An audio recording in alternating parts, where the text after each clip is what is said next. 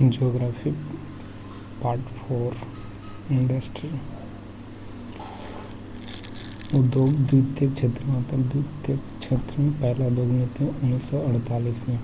पहला उद्योग नीति कब आई थी? 1948 में। दूसरा उद्योग नीति 1956 में।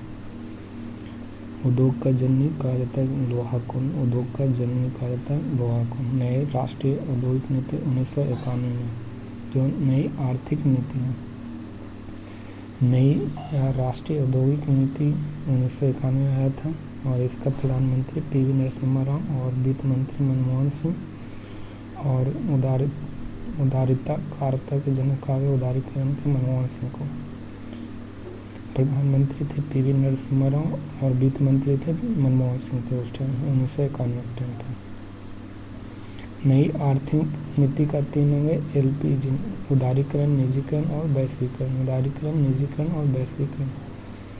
पहला फैक्ट्री कारखाना अधिनियम 1881 में बच्चों के लिए वैध किया गया था। 1800 पहला फैक्ट्री कारखाना अधिनियम 1881 में कौन दिया था? लॉर्ड रिपन के द्वारा फैक्ट्री अधिनियम दिया गया था, लॉर्ड रिपन के द्वारा। दूसरा फैक्ट्री अधिनियम महिला के लिए था जो 1891 में आया था। दूसरा फैक्ट्री अधिनियम 1891 में और इसका लॉर्ड लैंसडॉन इसका वाइसराय था, लॉर्ड लैंसडॉन। लोहा इसका संकेत Fe है, इसका लैटिन नाम फेरम है लोहा का और इसका परमाणु संख्या 26 है लोहा का। लोहा का परमाणु भार कितना? 55.8 लगभग 56 है। उद्योग का जननी कहा जाता है लोहा को, उद्योग का जननी कहा जाता है। लोहा के अयस्क मैग्नेटाइट, हेमेटाइट, लिमोनाइट और siderite. Magnetite, hematite, limonite, siderite. Magnetite है सबसे उत्तम लौह अयस्क है। दूसरा हेमेटाइट, लिमोनाइट, सिडराइट सबसे घटिया लौह अयस्क है। घटिया सबसे लौह अयस्क सिडराइट और सबसे उत्तम लौह अयस्क मैग्नेटाइट है। मैग्नेटाइट क्या है? तो सबसे उत्तम लौह अयस्क है। सर्वाधिक पाया जाता है यूएसए में पाया जाता है, भारत में पाया जाता है। जम्मू कश्मीर में मैग्नेटाइट अयस्क पाया जाता है, जम्मू कश्मीर में। इससे चुंबक का निर्माण होता है मैग्नेटाइट में। हेमेटाइट भारत में पाए जाने वाला सर्वाधिक लौह अयस्क है हेमेटाइट। लोहा उत्पादन में प्रथम स्थान है ऑस्ट्रेलिया का। लोहा उत्पादन में प्रथम स्थान ऑस्ट्रेलिया का। लोहा उत्पादन का प्रथम राज्य उड़ीसा है। लोहा उत्पादन में बिहार प्रथम जिला जमुई है। लोहा उत्पादन में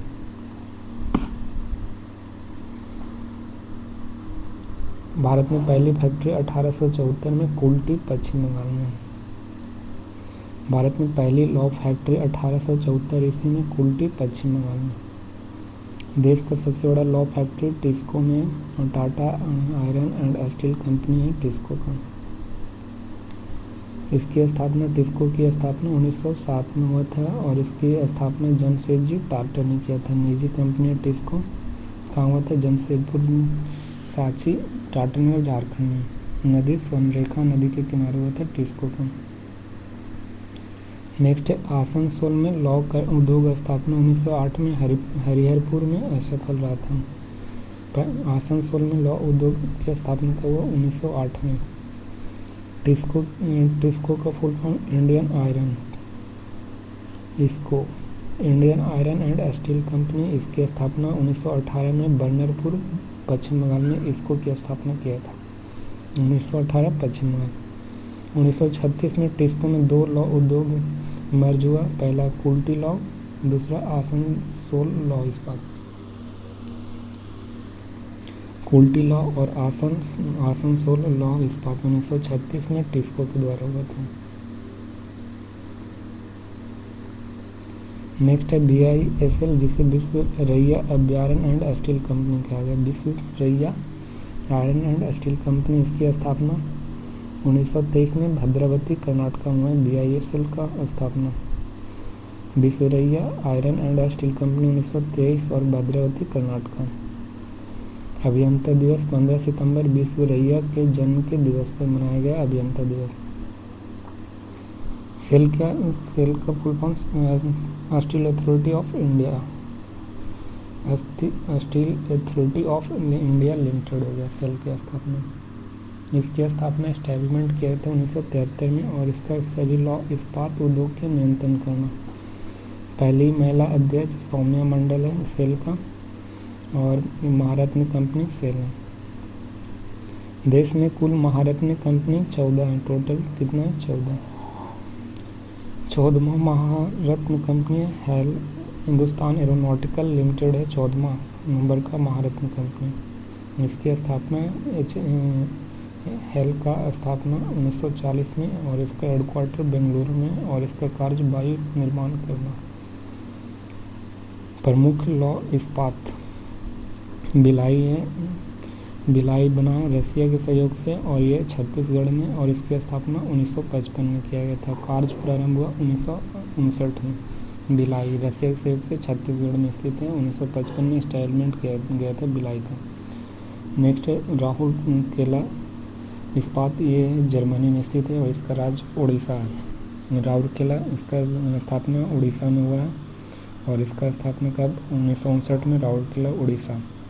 नेक्स्ट है दुर्गापुरा लॉ संयंत्र, ये ब्रिटेन में है और ये पश्चिम बंगाल में दुर्गापुरा लॉ इस्पात संयंत्र और इसकी एस्टैब्लिशमेंट 1956 और कार्य प्रारंभ हुआ था 1959 में। बोकारो लॉ इस्पात संयंत्र की स्थापना रसिया की सहायता से हुआ था और इसका झारखंड में एस्टैब्लिशमेंट किया गया था 1964 में।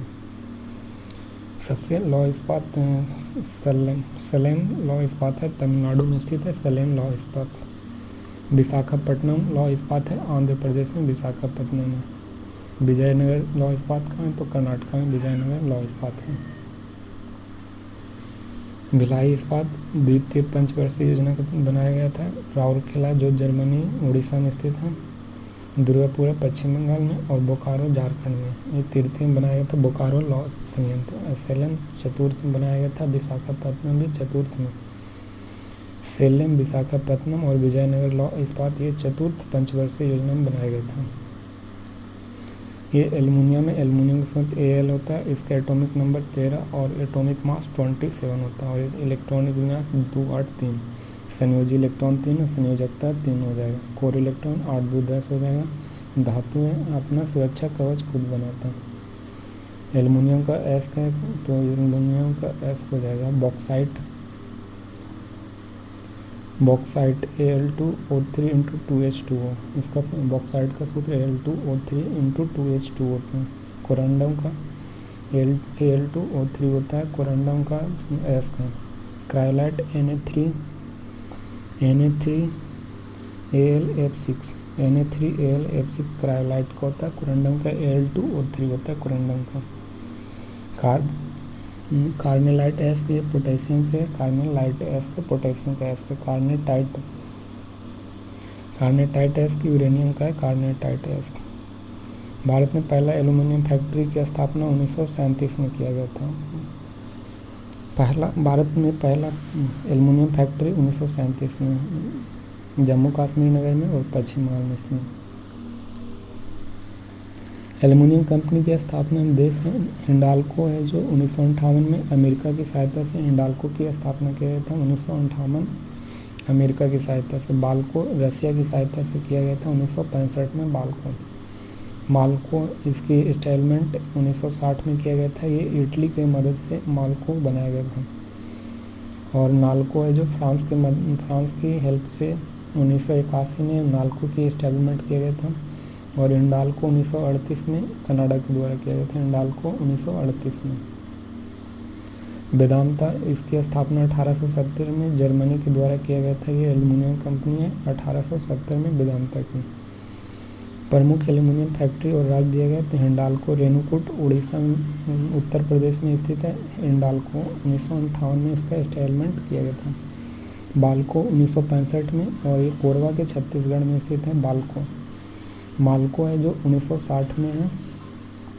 ये मैटूर मद्रास में बनाया गया माल्को को। नाल्को 1981 में एस्टैब्लिशमेंट किया गया था नाल्को का और ये उड़ीसा के भुवनेश्वर शहर में स्थित है नाल्को। हिंडाल्को ये 1938 में बनाया गया था, ये केरल में है। हिंडाल्को कहाँ पे? केरल में। वेदांता उड़ीसा में स्थित है, 1970 में बनाया गया था। वेदांता उड़ीसा में, हिंडाल्को केरल, नालको उड़ीसा भुवनेश्वर, मालको मैटूर मद्रास, बाल्को है कोरबा छत्तीसगढ़, हिंडाल्को रेणुकूट उत्तर प्रदेश। सीमेंट उद्योग, प्रमुख कच्चा माल चूना पत्थर होता है सीमेंट का, और प्रमुख मिश्रण होता है चूना पत्थर, सिलिका और जिप्सम होता है। चूना पत्थर, सिलिका, जिप्सम होता है सीमेंट का मिक्सचर।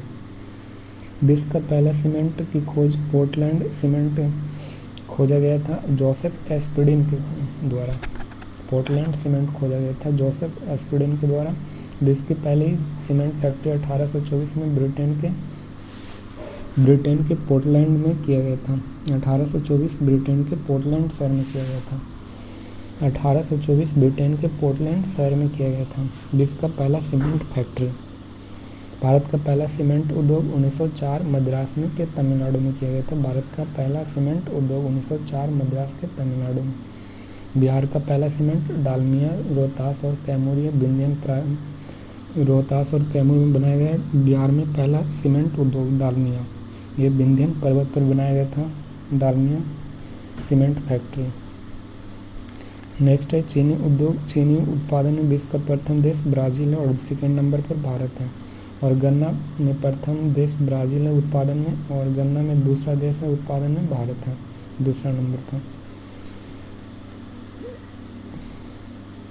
चीनी उत्पादन में भारत का प्रथम राज्य महाराष्ट्र और गन्ना में उत्तर प्रदेश है। चीनी में महाराष्ट्र उत्पादन में प्रथम राज्य है महाराष्ट्र, और गन्ना में उत्तर प्रदेश सबसे अधिक गन्ना उत्पादन करता है। भारत में चीनी उद्योग 1840 में बेतिया में बिहार में खोला गया था पहला। 1840 बेतिया बिहार, जिला पश्चिमी चंपारण में। 1840 बेतिया पश्चिमी चंपारण में खोला गया था चीनी उद्योग। भारत में पहला चीनी उद्योग 1903 में खोला गया था उत्तर प्रदेश के दोहरिया में। भारत में चीनी उद्योग 1840 में बेतिया बिहार पश्चिमी चंपारण। भारत में पहला चीनी उद्योग क्या था 1903 में उत्तर प्रदेश दोहरिया में खोला गया था। भारत का प्रथम चीनी उद्योग 1904 में मढ़ौरा सारण बिहार में ये खोला गया था। भारत का प्रथम चीनी उद्योग में कहेगा तो दोहरिया, का कहेगा तो मढ़ौरा बिहार। सरकारी रूप से प्रथम चीनी उद्योग था 1904 में खोला गया था मढ़ौरा में। जो कागज उद्योग वन आधारित उद्योग होता है, मुख्य रूप से बांस होता है, और ये कागज सेल्यूलोज का बना होता है। पहला कागज उद्योग सररामपुर पश्चिम बंगाल में असफल हुआ। पहला कागज उद्योग सररामपुर पश्चिम बंगाल असफल हुआ। पहला कागज उद्योग टीटीगढ़ और ये सफलतापूर्वक 1881 ईस्वी में 1881 में हुआ। टीटीगढ़ पश्चिम बंगाल सफलतापूर्वक 1881 ईस्वी में था। रेशम उद्योग मुख्य रूप से प्रोटीन है। रेशम उद्योग, रेशम का उत्पादन सेरिकल्चर रेशम होता है, शहतूत के पौधे से रेशम। रेशम के उत्पादन में प्रथम देश चीन है, और रेशम उत्पादन में प्रथम राज्य कर्नाटक है। देश में चीन है और उत्पादन में भारत में कर्नाटक है। रेशम उत्पादन में बिहार में प्रथम जिला भागलपुर है। रेशम उत्पादन बिहार का प्रथम जिला भागलपुर। सिल्क सिटी भागलपुर में रेशम मार्ग पर कब्जा किया था तनिष्क ने। रेशम कीट में 4 होते हैं। अंडा होता है जो रेशम कीट का पहला अवस्था है। दूसरा अवस्था लार्वा होता है, प्यूपा कोकेन। अंडा लार्वा प्यूपा कोकेन होता है। पहली बार रेशम प्राप्त होता है प्यूपा से पहली बार। सबसे अधिक रेशम प्राप्त होता है कोकीन से। सबसे अधिक रेशम प्राप्त होता है पहली बार रेशम प्यूपा से।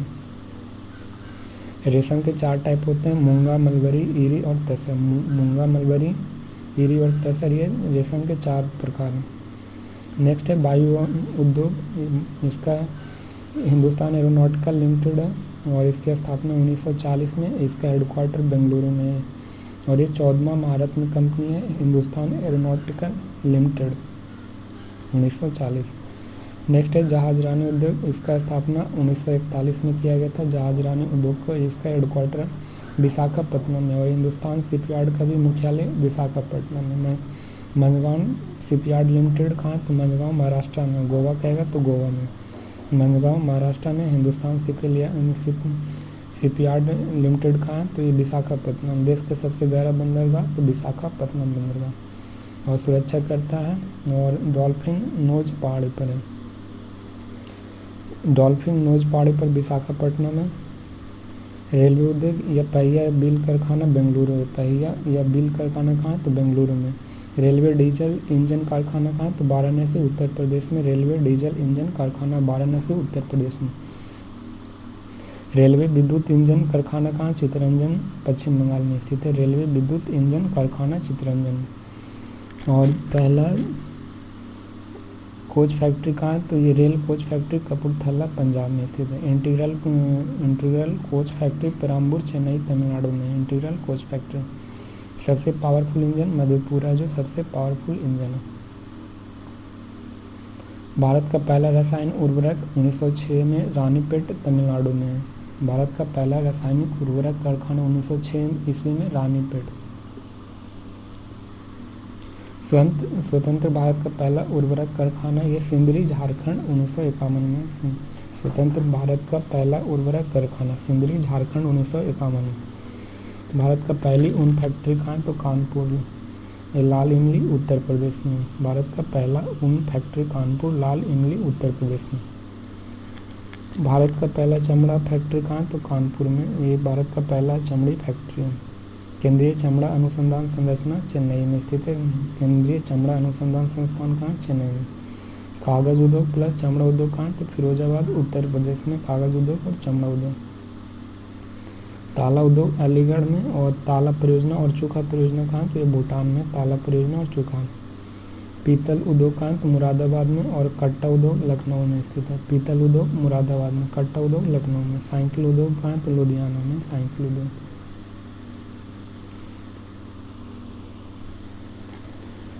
कृषि के प्रकार हैं तो जीविकोपार्जन कृषि होती है, स्थानांतरित कृषि होती है, विस्तृत कृषि होती है, वाणिज्यिक कृषि होता है, बागवानी कृषि होता है, जैविक कृषि होता है और रोपनी कृषि होता है। 8वां जलीय कृषि होता है, समुद्री शैवाल कृषि होता है, सहकारिता कृषि होता है, संविदा कृषि होता है, ट्रक फार्मिंग कृषि होता है, मिश्रित कृषि होता है और मिश्रित फसल भी होता है, अंतर फसलीय कृषि होता है और वायु कृषि होता है। ये कृषि का टाइप है। जीविकोपार्जन कृषि क्या कहलाता है? तो जीवन यापन के लिए कृषि करते उसे जीविकोपार्जन कृषि कहता है। कम जमीन पर ज़्यादा उत्पादन करना ये जीविकोपार्जन कृषि का मुख्य लाभ है।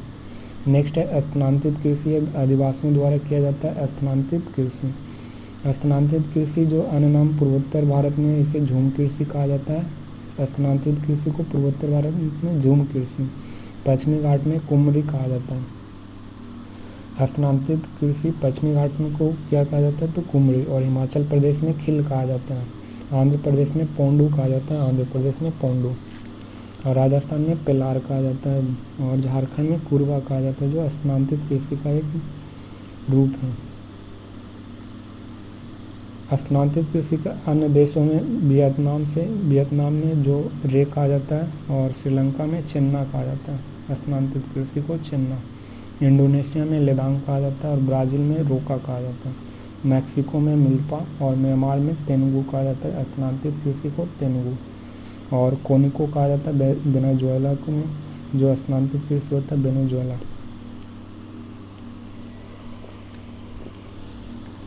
विस्तृत कृषि है वैसा कृषि जो बड़े बड़े स्थान या बड़े बड़े खेतों में विस्तृत रूप से किया जाता है। ये विस्तृत कृषि होता है। दवाई के छिड़काव के लिए ड्रोन या मसाल का प्रयोग किया जाता है। विस्तृत कृषि में वाणिज्य कृषि में वैसा कृषि जिसका मुख्य उद्देश्य व्यापार एवं वाणिज्य के लिए किया जाता है, वाणिज्य कृषि।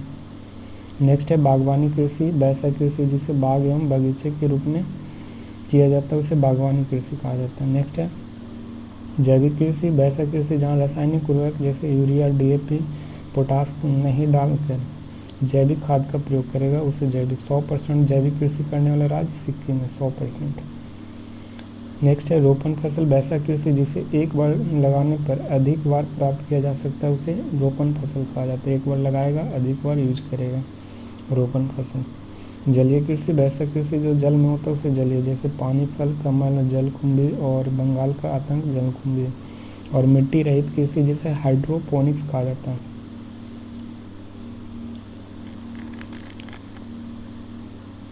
समुद्री शैवाल कृषि। वैसा कृषि जो शैवाल के माध्यम से होता है और इसमें प्रमुख शैवाल होते हैं जो हमारे जीवन का महत्वपूर्ण भूमिका निभाती है। सर्वाधिक प्रोटीन क्लोरेला शैवाल में होता है, सर्वाधिक प्रोटीन होता है। खाद्य शैवाल एनाविना नॉस्टिक में। खाद्य शैवाल कौन कौन है? तेनाबिना और नॉस्टिक। सर्वाधिक प्रोटीन क्लोरेला शैवाल में होता है। सहकारिता कृषि वैसा कृषि जिससे अधिक से अधिक लोग मिलकर कृषि करते हैं, उसे सहकारिता कृषि कहा जाता है। संविदा कृषि वैसा कृषि जिसे किसी संविदा के लिए किया जाता है। संविदा कृषि वैसा कृषि जो जिसे किसी संविदा के लिए किया जाता है, ये संविदा कृषि कहा जाता है। नेक्स्ट है ट्रक फार्मिंग कृषि वैसा कृषि जिसे ट्रक या पर किया जाता है, उसे ट्रक फार्मिंग कृषि कहा जाता है। मिश्रित कृषि वैसा कृषि जिसमें कृषि के साथ पशुपालन किया जाता है, मिश्रित कृषि कहा जाता है। नेक्स्ट है मिश्रित फसल जो एक ही स्थान पर एक से अधिक फसल उत्पादन करेगा, उसे मिश्रित फसल कहा जाता है। नेक्स्ट है अंतर फसलीय कृषि, एक स्थान पर बदल बदल कर कृषि करता है, उसे अंतर फसलीय कृषि कहा जाता है। वायु कृषि एरोपोनिक्स कहलाता है वैसा कृषि जो हवा में लटका कर मिट्टी के माध्यम से कृषि किया जाता है, उसे वायु कृषि कहा जाता है। हवा में लटका कर मिट्टी के माध्यम से कृषि किया है, उसे वायु कृषि कहा जाता है। कृषि का जोत सीमांत जोत 1 हेक्टेयर से कम जमीन को सीमांत जोत कहा जाता है। छोटी जोत 1 से 4 हेक्टेयर तक छोटी जोत कहा जाता है, 1 से 4 हेक्टेयर तक। मध्यम जोत 4 से 10 हेक्टेयर तक मध्यम जोत होता है, 4 से 10 हेक्टेयर तक। बृहद जोत 10 हेक्टेयर से अधिक होता है। 1 हेक्टेयर बराबर कितना? 4 बीघा, और 1 बीघा बराबर 20 कट्ठा होता है। 1 कट्ठा बराबर 4.5 डिसमिल। 4.5 डिसमिल बराबर 1 कट्ठा 3.5 डिसमिल। 1 हेक्टेयर बराबर 4 बीघा। सीमांत के लिए 1 हेक्टेयर से कम, छोटी जोत के लिए 1 हेक्टेयर से 4 हेक्टेयर होते हैं। मध्यम के लिए 4 से 10 हेक्टेयर है, और बृहद के लिए 10 हेक्टेयर से अधिक है। चकबंदी वह प्रक्रिया है जिसके द्वारा किसान के गांव या क्षेत्र में अलग अलग स्थानों पर बिखरे हुए छोटे छोटे कृषि भूखंडों को खेतों के एक साथ मिलकर या 2 बड़े खेत के रूप में पुनर्गठित किया जाता है, उसे चकबंदी कहा जाता है। वह प्रक्रिया जिसके द्वारा किसी किसान के गांव या क्षेत्र को अलग अलग स्थानों पर बिखरे हुए छोटे छोटे कृषि भूखंडों को एक साथ मिलकर 1 या 2 बड़े खेत के साथ क्या करता है, तो पुनर्गठित किया जाता है, उसे चकबंदी कहते हैं। भारत में चकबंदी का औपचारिक शुरुआत 1920 ईस्वी में पंजाब में हुआ था। भारत में चकबंदी औपचारिक कृषि का शुरुआत 1920 में पंजाब में हुआ था। परिवहन के प्रकार हैं स्थल मार्ग, जल मार्ग और वायु मार्ग। स्थल मार्ग और जल मार्ग और वायु मार्ग होते हैं। सर्वाधिक परिवहन का लगभग 90 से 95% होता है, सर्वाधिक परिवहन होता है। लगभग सड़क मार्ग और रेल मार्ग होता है स्थल मार्ग में। स्थल मार्ग में सड़क मार्ग और रेल मार्ग होता है स्थल मार्ग में, और जल मार्ग में दूसरा सर्वाधिक परिवहन और लगभग 6% होता है जल मार्ग। और विदेशी व्यापार होता है जल मार्ग का, ये होता है। वायु मार्ग में सबसे अधिक परिवहन कितना होता है, और लगभग 2% होता है। सबसे तीव्र परिवहन होता है वायु मार्ग में। वायु मार्ग में 2% और 90 से 95% सड़क में, 6% जल मार्ग करते हैं विदेशी व्यापार। सड़क मार्ग जो इसके विकास के लिए सर्वप्रथम योजना आया था नागपुर योजना 1843 में सड़क विकास के लिए। प्रथम योजना सड़क के लिए नागपुर योजना आया था 1843 में। NH नेशनल हाईवे राष्ट्रीय राजमार्गों, राज्य को राज्य से जोड़ता है, NH जोड़ता है। SH होता है स्टेट हाईवे जिसे राजमार्ग कहा जाता है। जिला को राज्य से जोड़ता है, स्टेट हाईवे जिला को स्टेट से। डिस्ट्रिक्ट रोड होता है जो जिला को गांव से जोड़ता है, डिस्ट्रिक्ट रोड। विलेज रोड होता है जो मुखिया द्वारा पंचायत को सड़क से जोड़ता है, पंचायत द्वारा निर्मित सड़क होता है भीजार। नेशनल हाईवे के रख रखाव का विकास के लिए CPWD होता है, CPWD होता है जो नेशनल हाईवे को देख रेख करता है। सेंट्रल पब्लिक वर्क डिपार्टमेंट होता है, सेंट्रल पब्लिक वर्क डिपार्टमेंट होता है CPWD। इसकी स्थापना 1854 में CPWD की स्थापना किया गया था, और इस समय गवर्नर था लॉर्ड डलहौजी था। नेशनल हाईवे राष्ट्रीय राजमार्ग, इसमें NH44 जो देश का सबसे बड़ा नेशनल हाईवे है और उत्तर दक्षिण गलियारा कहा जाता है। NH44 को उत्तर दक्षिण गलियारा कहा जाता है। ये कुल लंबाई 37 से 45 से लेकर 4112 किलोमीटर तक फैली है। 10 राज्यों में NH44 है। पंजाब, हरियाणा, उत्तर प्रदेश, राजस्थान, मध्य प्रदेश, महाराष्ट्र, तेलंगाना, आंध्र प्रदेश, कर्नाटक और तमिलनाडु। टोटल 10 राज्यों में फैला हुआ है NH44। कुल केंद्र शासित प्रदेश जम्मू कश्मीर और दिल्ली में 2 केंद्र शासित प्रदेश में NH44 है। भारत का सबसे छोटा नेशनल हाईवे NH7 है। सबसे लंबा कहेगा तो NH44 हो जाएगा। NH7 सबसे छोटा। NH27 है जो पूरब पश्चिम गलियारा कहा जाता है, NH27 है। गुजरात से असम तक है और 3507 किलोमीटर तक फैली हुई NH27। गुजरात के पोरबंदर से लेकर असम के सिलचर तक फैली हुई NH27। इसमें टोटल राज्य कितना 7 राज्य हैं। पहला गुजरात, दूसरा राजस्थान है, तीसरा मध्य प्रदेश है, चौथा उत्तर प्रदेश है, पाँचवा बिहार और छठा बंगाल और सातवां असम है NH27 पर।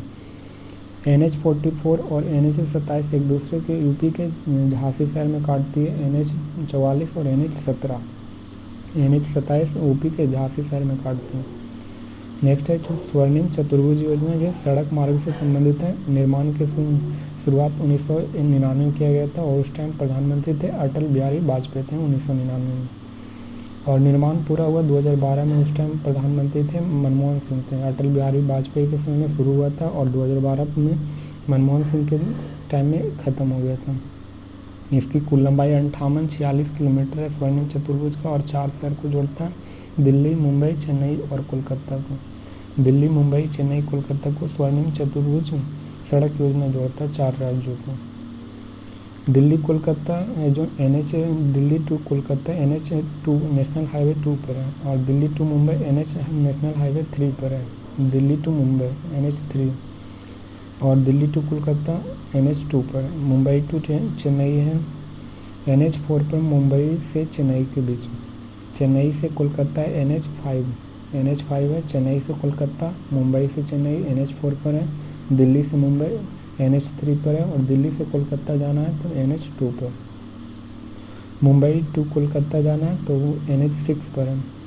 अमृतसर से दिल्ली NH1 पर है। अमृतसर से दिल्ली और वाराणसी से कन्याकुमारी तो NH7 पर जाना पड़ेगा, वाराणसी से कन्याकुमारी। GT रोड, इसे ग्रांड ट्रक रोड कहा जाता है। ये शेरशाह सूरी के द्वारा स्थापना किया जाता है और इसका निर्माण शेरशाह सूरी ने किया था। इसका मरम्मत कराया था ऑकलैंड ने, करवाया था मरम्मत ऑकलैंड ने। और इसका वर्तमान NH1 और NH2 है और जोड़ता है ये अमृतसर और कोलकाता से जोड़ता है GT रोड।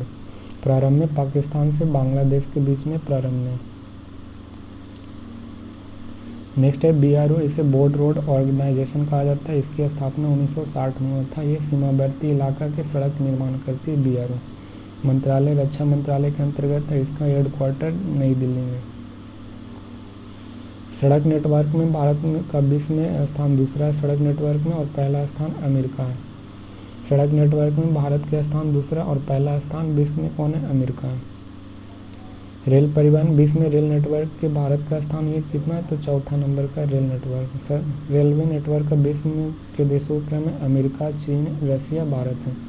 अमेरिका, चीन, रसिया, भारत हैं रेल नेटवर्क में विश्व में। एशिया में रेलवे नेटवर्क भारत का स्थान दूसरा नंबर के हैं। एशिया में रेलवे नेटवर्क भारत का स्थान दूसरा में। चीन, भारत रेलवे नेटवर्क में टॉप पर चाइना और सेकंड पर भारत है। और रेलवे नेटवर्क में विश्व में अमेरिका, चीन और भारत। एशिया में चीन टॉप पर है। विश्व में पहला रेलगाड़ी चलाया गया था 1825 में इंग्लैंड के स्टॉकटन टू डार्लिंगटन चलाया गया था 1825 में इंग्लैंड में स्टॉकलैंड से डार्लिंगटन। विश्व का दूसरा रेलगाड़ी 1830 में चलाई गई थी। दूसरा रेलगाड़ी इंग्लैंड के मैनचेस्टर टू लिवरपूल तक 1830 में विश्व का दूसरा रेलगाड़ी चला था मैनचेस्टर टू लिवरपूल। भारत का पहला रेलगाड़ी स्थापना 16 अप्रैल 1853 में हुआ था। मुंबई से थाने तक चला था। ये 34 किलोमीटर चला था और डलहौजी के शासन में चला था। डलहौजी के शासन 1848 से लेकर 1856 के बीच था डलहौजी के शासन। रेलगाड़ी का निर्माण ब्लैक ब्यूटी, जिसे मालगाड़ी कहा जाता है, ब्लैक ब्यूटी। भारत का पहला विद्युत रेलगाड़ी की स्थापना 1925 ईस्वी में किया गया था। मुंबई टू कुर्ला पहला विद्युत रेलगाड़ी। वायसराय लॉर्ड रेडिंग 1921 से। भारत का पहला विद्युत रेलगाड़ी 1925 में Mumbai to Kurla Lord Reading 1921 से 26 के बीच में। भारत में पहला रेलगाड़ी चला था डलहौजी के समय। भारत रेलवे के जनक था डलहौजी के समय। भारत का पहला रेलगाड़ी चला था। रेलवे के सर्वाधिक विकास लॉर्ड कर्जन के समय था और रेलवे विभाग की स्थापना 1905 में हुआ था। रेलवे विभाग की स्थापना 1905 में। विश्व रेलवे के जनक कौन थे? तो जॉर्ज स्टीफेंसन था। विश्व रेलवे का जनक था जॉर्ज स्टीफेंसन। भारत का सबसे ऊंचा रेलवे पुल चुनाव नदी पुल है आर्कविज और 359 ऊंचा मीटर है। भारत का सबसे ऊंचा रेलवे ब्रिज है। भारत का सबसे लंबा रेलवे ब्रिज गोगाबिल रेलवे पुल है और ब्रह्मपुत्र नदी पर है गोगाबिल और असम में 4.9 किलोमीटर है। भारत के सबसे लंबा रेलवे पुल गोगाबिल ब्रह्मपुत्र नदी पर असम 4.9 किलोमीटर। भारत का सबसे लंबा सड़क पुल भूपेन हजारिका सेतु और 9.15 किलोमीटर पर है। भूपेन हजारिका पुल ये लोहित नदी और पुराना नाम डोली सादिया पुल अरुणाचल प्रदेश असम में स्थित है। डोली सादिया पुल लंबाई 9.15 किलोमीटर और नदी लोहित नदी भूपेन हजारिका सेतु। भारत का सबसे लंबा समुद्री पुल है अटल सेतु लंबाई 21.8 किलोमीटर और इसकी लगभग 22 किलोमीटर। मुंबई टू नवी मुंबई अटल सेतु की लंबाई। भारत का सबसे लंबा सुरंग अटल सुरंग है हिमाचल प्रदेश में लेह टू मनाली है अटल सुरंग और रोहतांग दर्रा पर स्थित है अटल और लंबाई 9.02 किलोमीटर अटल सुरंग। भारत के सबसे लंबा दूरी तय करने वाली एक्सप्रेस है विवेक एक्सप्रेस जो 42-46 किलोमीटर तय करता है। विवेक एक्सप्रेस जो डिब्रूगढ़ से कन्याकुमारी जाती है विवेक एक्सप्रेस। भारत का सबसे तेज चलने वाला ट्रेन नमो एक्सप्रेस जो 160 किलोमीटर प्रति आवर चलता है नमो एक्सप्रेस। भारत का दूसरा सबसे तेज चलने वाला ट्रेन है वंदे भारत ट्रेन 18 है। विश्व का सबसे तेज चलने वाला ट्रेन बुलेट ट्रेन जापान में 300 से 350 किलोमीटर और चीन में 450 किलोमीटर चलता है बुलेट ट्रेन। भारत में बुलेट ट्रेन चलने का प्रस्तावित अहमदाबाद टू दिल्ली है। अहमदाबाद टू दिल्ली है। भारत का सबसे लंबा प्लेटफॉर्म सिद्धेश्वर स्वामी जी प्लेटफॉर्म भारत का सबसे लंबा हुबली कर्नाटक में कुल लंबाई 1.5 किलोमीटर है सबसे लंबा प्लेटफॉर्म। पूर्ण रूप से महिला द्वारा संचालित railway station Matunga railway station जो पूर्ण रूप से महिला के द्वारा चलाया जाता है माटुंगा रेलवे स्टेशन। विश्व में पहला मेट्रो की स्थापना 1863 में इंग्लैंड में किया गया था 1863 में। भारत का पहला मेट्रो 1984 में कोलकाता पश्चिम बंगाल में खोला गया था और पहला 1863 में इंग्लैंड में। भारत का दूसरा मेट्रो नई दिल्ली 2002 में स्थापना किया गया था नई दिल्ली मेट्रो को। भारत का तीसरा मेट्रो बंगलोर 2011 में किया गया था बेंगलुरु 2011। भारत का चौथा मेट्रो मुंबई 2014 में किया गया था मुंबई में। पटना मेट्रो की शुरुआत 2025 में किया गया था। Metro man of India Sreedharan को कहा जाता है metro man of India. Konkan railway 741 kilometre है पश्चिमी घाट से चलती है। कोंकण महाराष्ट्र गोवा कर्नाटक केरल तक फैली है। कोंकण महाराष्ट्र गोवा कर्नाटक केरल तक फैली है कोंकण रेलवे। रेलवे जोन की संख्या टोटल 18 जोन है। पहला उत्तरी रेलवे कहाँ पे तो नई दिल्ली में और उत्तर मध्य रेलवे इलाहाबाद में स्थित है। उत्तर रेलवे नई दिल्ली में उत्तर मध्य रेलवे इलाहाबाद में और मध्य रेलवे कहेगा तो ये मुंबई में मध्य रेलवे। Central railway Mumbai. दक्षिण मध्य यानी SCR सिकंदराबाद। दक्षिण मध्य रेलवे कहेगा साउथ सेंट्रल रेलवे तो सिकंदराबाद और साउथ रेलवे कहेगा तो चेन्नई में स्थित है।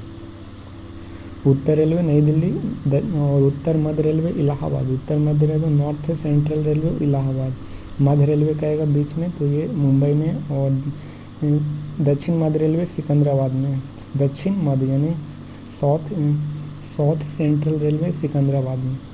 SCR कहाँ तो सिकंदराबाद और दक्षिण रेलवे चेन्नई में। अब आ जाओ पूरब में। पूरब रेलवे कोलकाता में स्थित है और पूरब मध्य रेलवे कहेगा तो ईस्ट सेंट्रल रेलवे कहाँ तो हाजीपुर में ईस्ट सेंट्रल रेलवे। मध्य रेलवे मुंबई में है और ये पश्चिम हो गया तो पश्चिम रेलवे कहाँ मुंबई चर्च गेट है पश्चिम रेलवे और मध्य रेलवे मुंबई में हो जाएगा मध्य रेलवे। पूर्व मध्य रेलवे कहेगा तो पूर्व ईस्ट सेंट्रल रेलवे ECR ये जबलपुर में ईस्ट सेंट्रल रेलवे। आ जाओ पूर्वोत्तर में उत्तर और पूर्वी के बीच में यहाँ पे पूर्वोत्तर रेलवे गोरखपुर में स्थित है। पूर्वोत्तर सीमांत रेलवे मालेगांव गुवाहाटी में। नॉर्थ फ्रंटियर रेलवे कहाँ है तो मालेगांव गुवाहाटी में। उत्तर पश्चिम नॉर्थ वेस्टर्न रेलवे जयपुर में और साउथ वेस्टर्न रेलवे हुबली में, साउथ वेस्टर्न। और साउथ ईस्टर्न रेलवे कोलकाता में, साउथ ईस्टर्न रेलवे कोलकाता में। पूर्व तटवर्ती रेलवे भुवनेश्वर का और दक्षिण तटवर्ती रेलवे विशाखापट्टनम में। पूर्व तटवर्ती रेलवे कहाँ? भुवनेश्वर। दक्षिण तटवर्ती railway Visakhapatnam. Metro rail Kolkata में स्थित है।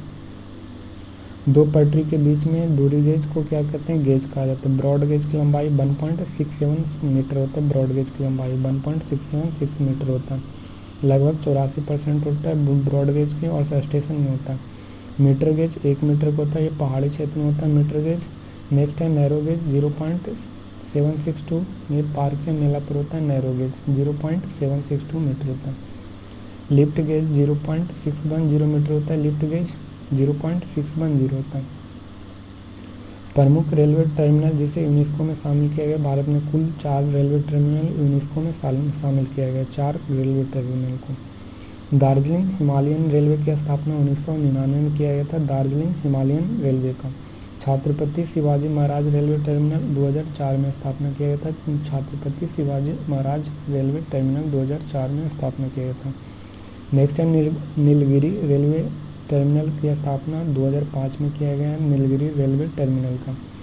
कालका शिमला हिमालयन रेलवे टर्मिनल की स्थापना 2008 में किया गया है। कालका शिमला रेलवे टर्मिनल का 2008 में।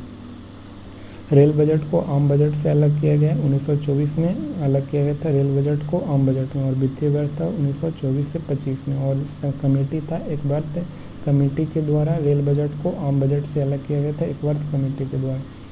और रेल बजट को आम बजट में मिला दिया गया 2017 में मिलाया है। और इसका बजट वित्तीय वर्ष 2017-18 था। और इस समय की समिति थी, कमेटी बना था विवेक देवराय कमेटी, तो एक वर्ष से अलग हो गया। और 2017 में विवेक देवराय समिति के द्वारा शामिल कर दिया गया था। वायु परिवहन में वायुयान, हेलीकॉप्टर, रॉकेट आते हैं। और भारत में वायु परिवहन की शुरुआत 1911 में क्यों हुआ था? 1911 में इलाहाबाद से नैनी के बीच में भारत में पहला बार वायु परिवहन किया गया था 1911 में। भारतीय विमानन प्राधिकरण की स्थापना 1955 में किया गया था। 1955 में भारतीय विमानन प्राधिकरण की स्थापना 1955 में स्थापना किया था। विमानन प्राधिकरण की स्थापना। इंडियन नेशनल एयरवेज की स्थापना 1933 में हुआ था। इंडियन नेशनल एयरवेज की स्थापना 1933 में। और राष्ट्रीयकरण 1953 में हुआ था नेशनल एयरवेज का। विमानन प्राधिकरण की स्थापना 1995 में।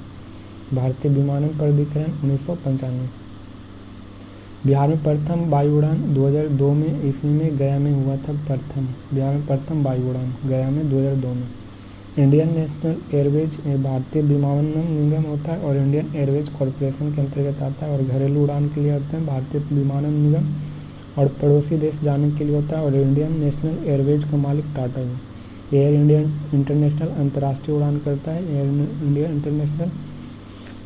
इंडियन नेशनल एयरवेज का मालिक टाटा है। एयर इंडिया इंटरनेशनल के अंतर्गत प्रमुख company Air India, IndiGo, Spice है। Air India, IndiGo, Spice Jet है जो एयर इंडिया इंटरनेशनल के अंतर्गत आता है।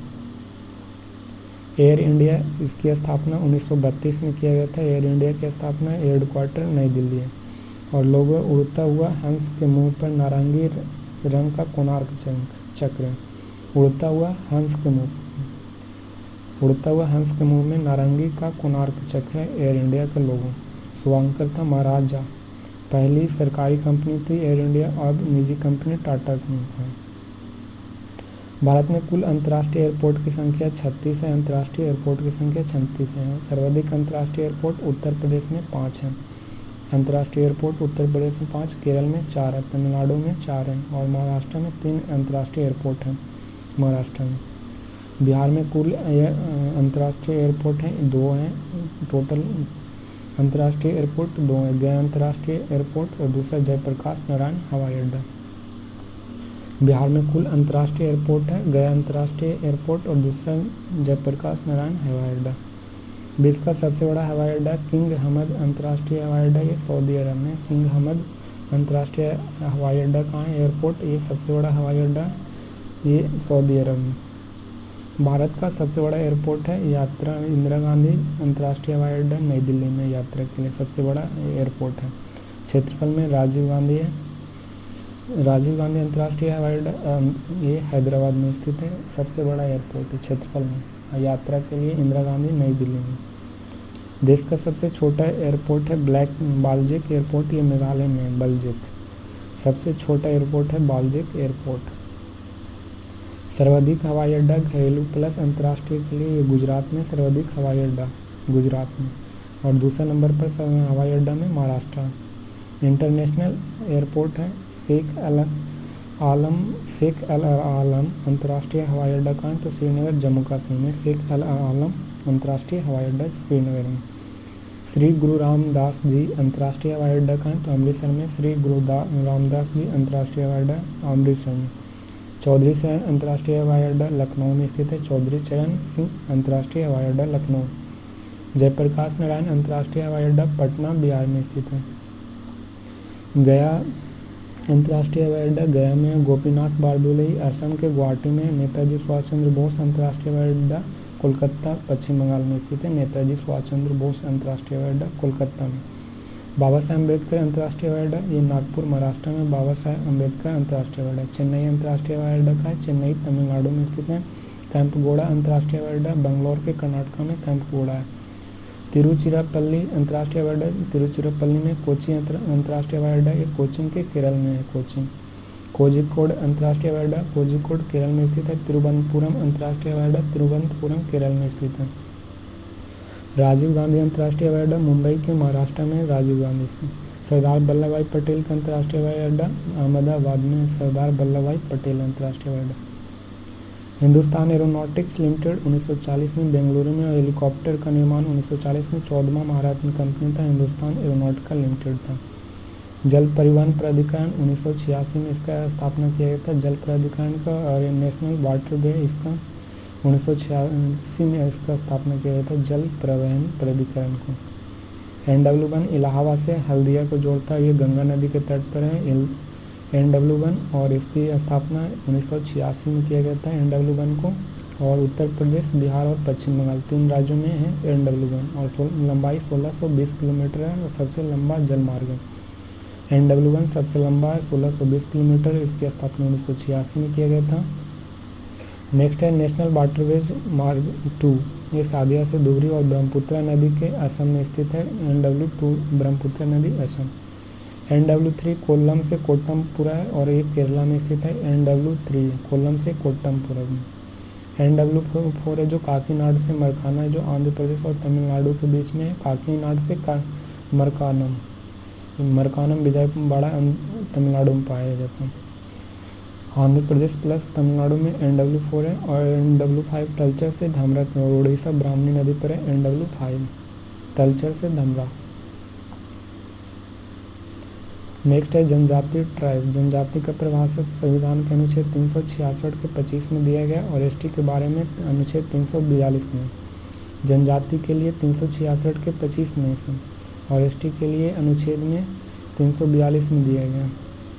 परिभाषा कहेगा 366 के 25 में, ST के लिए 342। कौन जाति या क्षेत्र जनजाति में आएगा, यह प्रदान राष्ट्रपति करता है। जनजाति या क्षेत्र जनजाति मात्र कौन प्रदान करता है, तो राष्ट्रपति के द्वारा। SC शेड्यूल कास्ट और इसका आर्टिकल 338 में SC का वर्णन करता है 338 में। ST का 338 के A में है, ST का अनुसूचित जनजाति। राष्ट्रीय पिछड़ा वर्ग आयोग के 338 के B में आता है 102वां संविधान संशोधन 2018 में किया गया था पिछड़ा EWS के लिए। 338 के B 102वां संविधान संशोधन 2018 में। इसका गठन राष्ट्रीय पिछड़ा वर्ग आयोग गठन 1993 में किया था। जनजाति शब्द दिए थे टक्कर बापा ने। संपूर्ण देश का ST है, क्षेत्र है, प्रशासन है और नियंत्रण है, उल्लेख अनुसूची 5 में दिया गया है। संपूर्ण देश का ST का क्षेत्र, प्रशासन और नियंत्रण के बारे में अनुसूची 5 में। अनुसूची 6 में 4 राज्यों में केवल जनजाति का विशेष प्रावधान किया गया है, मिजोरम, असम, त्रिपुरा, मेघालय में। मिजोरम, असम, मेघालय, त्रिपुरा में अनुसूची था। भारत का सबसे बड़ा जनजाति है भील जनजाति और दूसरा गोंड है। भील सबसे बड़ा, भारत की सबसे बड़ी जनजाति है। भील जनजाति सर्वाधिक है मध्य प्रदेश में और गोंड कहाँ है, तो उत्तर प्रदेश में सर्वाधिक है गोंड जनजाति। नहीं पाया जाता पंजाब, हरियाणा, चंडीगढ़, दिल्ली और पुदुचेरी। पंजाब, हरियाणा, चंडीगढ़, दिल्ली, पुदुचेरी में कोई जनजाति नहीं पाया जाता। प्रमुख जनजाति और राज्य हैं तो गिद्दा और बकरवाल, चंबा और चंपा। गिद्दा, बकरवाल, चंबा और चंपा ये जम्मू कश्मीर में पाए जाते हैं। थारू, जंसौर, भोटिया, बुक्सा, राजी, बुक्सा, राजी, भोटिया, जंसौर, थारू ये उत्तराखंड में स्थित है। बुक्सा राजी उत्तराखंड में, जंसौर भी उत्तराखंड में, थारू भी उत्तराखंड में, भोटिया भी उत्तराखंड में जनजाति। थारू, जंसौर, भोटिया, गोंड ये उत्तर प्रदेश में भी है। जंसौर, भोटिया, गोंड ये उत्तर प्रदेश में। लेप्चा और भोटिया सिक्किम में भी है। थारू जनजाति दीपावली को शोक के रूप में मनाया जाता है। थारू जनजाति। जंसारी जनजाति खेती करने वाला जनजाति और बहुपति विवाह करता है। जंसारी जनजाति बहुपति विवाह। भोटिया जनजाति ये ऋतु प्रवास करने वाली है जनजाति, भोटिया जनजाति। गोंड जनजाति उत्तर प्रदेश के सबसे बड़ी जनजाति है। गोंड जनजाति छत्तीसगढ़ की भी सबसे बड़ी जनजाति है। गोंड उत्तर प्रदेश की भी गोंड है। भील है जो मध्य प्रदेश, गुजरात और महाराष्ट्र में पाए जाते हैं और मध्य प्रदेश की सबसे बड़ी जनजाति है भील। गुजरात की भी सबसे बड़ी जनजाति है भील है और महाराष्ट्र की भी सबसे बड़ी जनजाति भील है। गुजरात, मध्य प्रदेश और महाराष्ट्र के भील सबसे बड़ी जनजाति हैं। भील, मीना, मंगानियर, सहारिया, गार्सिया, कोल, बंजारा। सहारिया, गार्सिया, कोल, बंजारा ये राजस्थान की जनजाति है और भील, मीना, मंगानियर ये राजस्थान का जनजाति है। मीना जनजाति अपनी जीविका के लिए नृत्य करता है। सबसे साक्षर जनजाति है मीना। मंगानियर जनजाति है मुस्लिम जनजाति है। मंगानियर जनजाति मुस्लिम जनजाति है। भील, कोल, बंजारा और डाकर ये गुजरात और महाराष्ट्र में है जनजाति। भील, कोल, बंजारा और डाकर। मुंडा, संथाल, हो, बिरहोर, उराव और खरवार ये खोंड ये झारखंड में। मुंडा, संथाल, हो, बिरहोर, उराव, खरवार ये और खोंड कहाँ तो झारखंड में।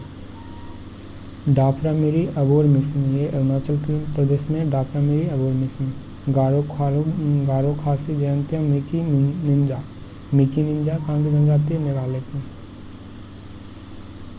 चेचू केरल की जनजाति है। चेचू नागालैंड के नागा है। चेचू आंध्र प्रदेश और तेलंगाना दोनों जगह में और पाइका उड़ीसा में स्थित है। लोसाई मिजोरम में।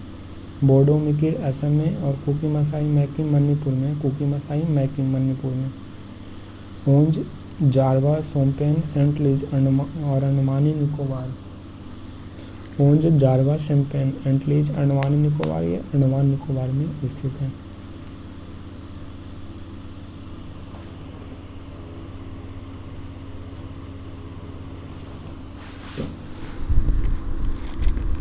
भारत के सबसे अधिक जनजाति राज्य मध्य प्रदेश में और प्रतिशत के आधार पर सबसे अधिक जनजाति वाला राज्य मिजोरम है। प्रतिशत के आधार पर सबसे अधिक जनजाति मिजोरम। नीलगिरी पहाड़ी ये टोडा में और बहुपति विवाह के लिए प्रसिद्ध है। नीलगिरी पहाड़ी और भैंसा पालन के लिए भी है टोडा। पूर्वोत्तर भारत के जनजाति की प्रजाति है मंगोलॉयड प्रजाति है जो पूर्वोत्तर भारत की जनजाति है मंगोलॉयड प्रजाति। उत्तर भारत के जनजाति प्रजाति है भूमध्य सागरीय प्रजाति। उत्तर भारत की प्रजाति है भूमध्य सागरीय प्रजाति। मध्य भारत और तथा दक्षिण भारत के जनजाति की प्रजाति है प्रोटो ऑस्ट्रेलियन प्रजाति जिसे द्रविड़ प्रजाति कहा जाता है। मध्य भारत तथा दक्षिण भारत की जनजाति प्रोटो ऑस्ट्रेलियन प्रजाति जिसे द्रविड़ प्रजाति कहा जाता है। अंडमान निकोबार जनजाति की प्रजाति है निग्रोड प्रजाति जो अंडमान निकोबार की प्रजाति है।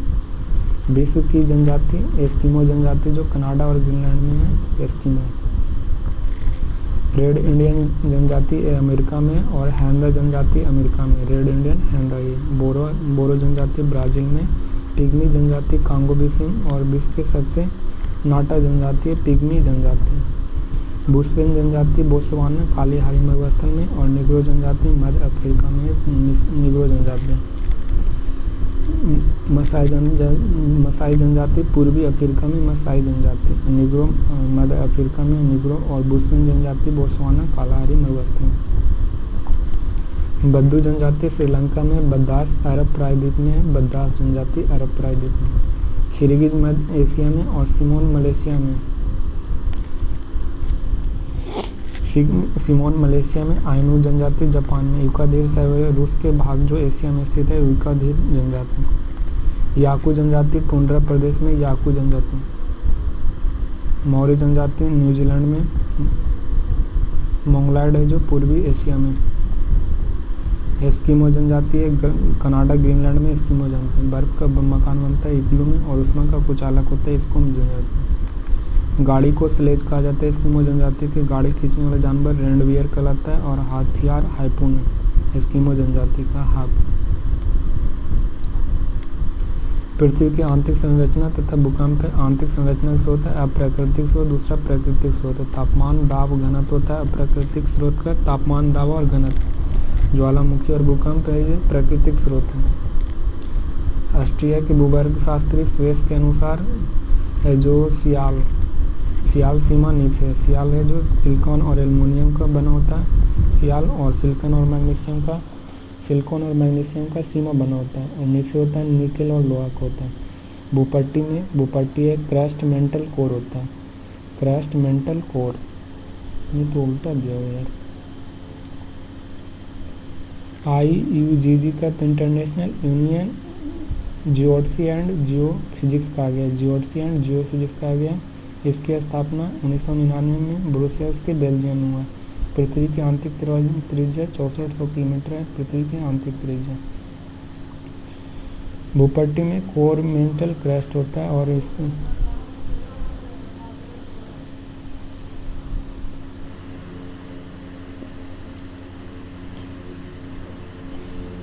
भूपट्टी इसकी कितनी है तो इसकी गहराई कितनी है तो 34 किलोमीटर है। भूपट्टी गहराई कितनी 34 किलोमीटर। पृथ्वी का 1% है भूपट्टी और इसका घनत्व कितना 2.7 ग्राम सेंटीमीटर की भूपट्टी की घनत्व है। 34 किलोमीटर तक गहराई में फैली है भूपट्टी। और भूपट्टी तथा मेंटल को अलग करने वाला मोहो असमता होता है जो भूपट्टी और मेंटल को अलग करता है। ऊपरी भूपट्टी और निचली भूपट्टी को अलग करने वाला कोनराइड होता है। ऊपरी भूपट्टी और निचली भूपट्टी को कोनराइड अलग करता है। भूपट्टी में पाए जाने वाले तत्व होते हैं ऑक्सीजन होता है, सिलिकॉन होता है, एल्युमिनियम होता है, लोहा होता है, कैल्शियम होता है, सोडियम होता है, पोटेशियम होता है, मैग्नीशियम होता है। ये भूपट्टी में पाए जाने वाले तत्व हैं। ऑक्सीजन सर्वाधिक मात्रा में पाए जाने वाला तत्व और अधातु है। सिलिकॉन सर्वाधिक मात्रा में पाए जाने वाला उपधातु है। एल्युमिनियम धातु है जो सबसे अधिक पाया जाता है। दूसरा सर्वाधिक पाए जाने वाला धातु लोहा होता है। कैल्शियम, सोडियम, पोटेशियम, मैग्नीशियम ये भूपट्टी में पाए जाते हैं। भूपट्टी में एक क्रस्ट मेंटल कोर, अरे गलती था, क्रस्ट हो गया, क्रस्ट को ही भूपट्टी कहा जाता है, ठीक है। क्रस्ट मेंटल कोर, क्रस्ट के बीच में ऊपरी भूपट्टी और निचली भूपट्टी होता है। ये क्रस्ट हो गया, भूपट्टी हो गया, तो ऊपरी भूपट्टी और निचली भूपट्टी और बीच में यहाँ पे मोहो समता और गुटेनबर्ग, ठीक है। और इसे लेमन कहा जाता है, इसे रिपेटी और कोनराइड कहा गया। भूपट्टी को क्या कहा गया तो भूपट्टी को कोनराइड कहा गया, मेंटल को रिपेटी और लोमन को कोर कहा गया, लेमन को। मेंटल की गहराई होता है 2900 किलोमीटर तक और पृथ्वी का 83% होता है मेंटल। इसका घनत्व होता है 3.5 से लेकर 5.5 ग्राम सेंटीमीटर की होता है। 3 से लेकर 5.5। मेंटल तथा क्रोड को अलग करने वाली रेखा गुटेनबर्ग होता है। मेंटल और क्रोड को अलग करती है। ऊपरी मेंटल तथा निचली मेंटल को अलग करने वाली रेखा रिपेटी होती है। ऊपरी मेंटल और तथा निचली मेंटल को अलग करने वाली रिपेटी होती है। ऊपरी मेंटल और निचली मेंटल को रिपेटी। क्रोड पृथ्वी का 16% होता है और 13 ग्राम सेंटीमीटर की होता है। 13 ग्राम सेंटीमीटर की। ऊपरी क्रोड तथा निचली क्रोड जो अलग करने वाली रेखा लोहमन होता है। ऊपरी क्रोड तथा निचली क्रोड को अलग करने वाली रेखा होता है क्रोड। भूकंप पृथ्वी के अंदर आंतरिक हलचल के कारण भूकंप आता है और इस भूकंप के अध्ययन सिस्मोलॉजी, भूकंप मापने के अंत सिस्मोग्राफी। मापने वाला पैमाना रिक्टर स्केल 1935 में दिया गया, 1 से 9 तक है। मालवा के अंदर दबे हुए व्यक्ति का पता लगने के लिए इंफ्रारेड कैमरा का प्रयोग किया जाता है। मालवा के अंदर इंफ्रारेड। भूकंप क्षेत्र का घर का आकार आयताकार होता है। भूकंप क्षेत्र का भूकंप 3 प्रकार के तरंग होते हैं। PSL, P होता है जिसे प्राइमरी तरंग कहते हैं, S को सेकेंडरी तरंग, L को लघु तरंग कहा जाता है। धरातल तल पर पहुंचने वाला धरातल तल पर पहुंचती है प्राइमरी तरंग और वेग में सबसे अधिक होता है 8 किलोमीटर पर सेकंड होता है धरातल पर पहुंचने वाला तरंग 8 मीटर पर सेकंड होता है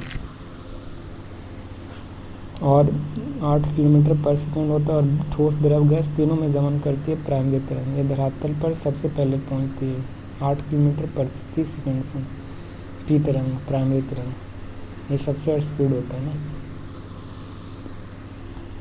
और सेकेंडरी तरंग होता है धरातल पर पी तरंग के बाद पहुंचती है 4 किलोमीटर पर सेकंड से। केवल ठोस में गमन करता है इस तरंग केवल ठोस में। पी तरंग प्राइमरी तरंग ठोस तरल गैस तीनों में करेगा और ठोस में केवल इस तरंग गति करती 4 किलोमीटर पर सेकंड से। लघु तरंग ये इसका वेग सबसे कम होता है 1.5 से 3 किलोमीटर और सतही तरंग केवल होता है और सतही तरंग केवल होता है धरातल पर गमन करता है। ये धरातल पर एल तरंग गमन करता है 1.5 से 3 किलोमीटर सबसे कम होता है। सबसे स्पीड पी तरंग सबसे स्पीड होता है। पी तरंग क्या है तो अनुदैर्ध्य तरंग है और सबसे कम नुकसान पहुंचाता है पी तरंग। और इस तरंग क्या होता है अनुप्रस्थ होता है और ये मध्यम नुकसान पहुंचाता है। सबसे अधिक आर तरंग यानी एचडी लघु तरंग ये सबसे अधिक नुकसान पहुंचाता है एल तरंग जिसे लघु तरंग कहा जाता है। ये दिया गया है तो 103 डिग्री होता है इसमें भी 103 और 203 हो गया ठीक है। पी तरंग की छाया क्षेत्र होता है तो 103 डिग्री से 143 डिग्री होता है पी तरंग का। एस तरंग का 103 डिग्री से 203 डिग्री के बीच में इस तरंग का छाया क्षेत्र होता है। समुद्र में आने वाले भूकंप सुनामी कहलाता है। सुनामी जो समुद्र में आने वाले भूकंप को सुनामी कहा जाता है समुद्र में। और सुनामी जापानी शब्द है। भूकंप के मापक यंत्र में सिस्मोग्राफ का यूज किया जाता है। रिक्टर स्केल 1 से 9 तक होता है रिक्टर स्केल। और मरकरी स्केल वैज्ञानिक मानता नहीं है। रॉस स्केल में 1 से 11 तक होता है। रॉस फेरल स्केल में 1 से 11 तक होता है स्केल। भूकंप आने के बाद वायुमंडल में रेडॉन गैस की मात्रा बढ़ जाती है। रेडॉन गैस सबसे भारी गैस होती है। भूकंप तरंगे सर्वप्रथम पृथ्वी की सतह से जिस बिंदु पर टकराती है उसे अधिकेंद्र कहते हैं। भूकंपीय तरंगे पृथ्वी की सतह के जिस बिंदु से टकराएगा उसे एपिसेंटर या अधिकेंद्र कहते हैं। पृथ्वी के अंदर जिस बिंदु से भूकंप उत्पन्न होता है उसे भूकंप केंद्र कहते हैं जहाँ से भूकंप उत्पन्न हुआ। भूकंप के दौरान अपसर्प ध्वनि का उत्पन्न होती है। इसका हर्ट्ज होता है 20 हर्ट्ज से कम होता है। अपसर्प तरंग का उत्पन्न होता है भूकंप के दौरान। ऑस्ट्रेलिया एकमात्र ऐसा महाद्वीप है जहाँ भूकंप तथा ज्वालामुखी नहीं आता है।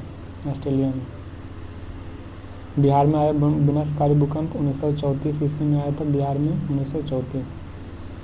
बंगाल में भयानक भूकंप 1943 में आया था। बंगाल में 1943 में। GSI geological survey of India भारतीय भूवैज्ञानिक सर्वेक्षण कोलकाता इसकी स्थापना 1851 में दिया गया था। जीएसआई कार्य पृथ्वी की आंतरिक भू गतिविधियों के बारे में बताता है और भौगोलिक खनिज और उसकी स्थिति को बताता है।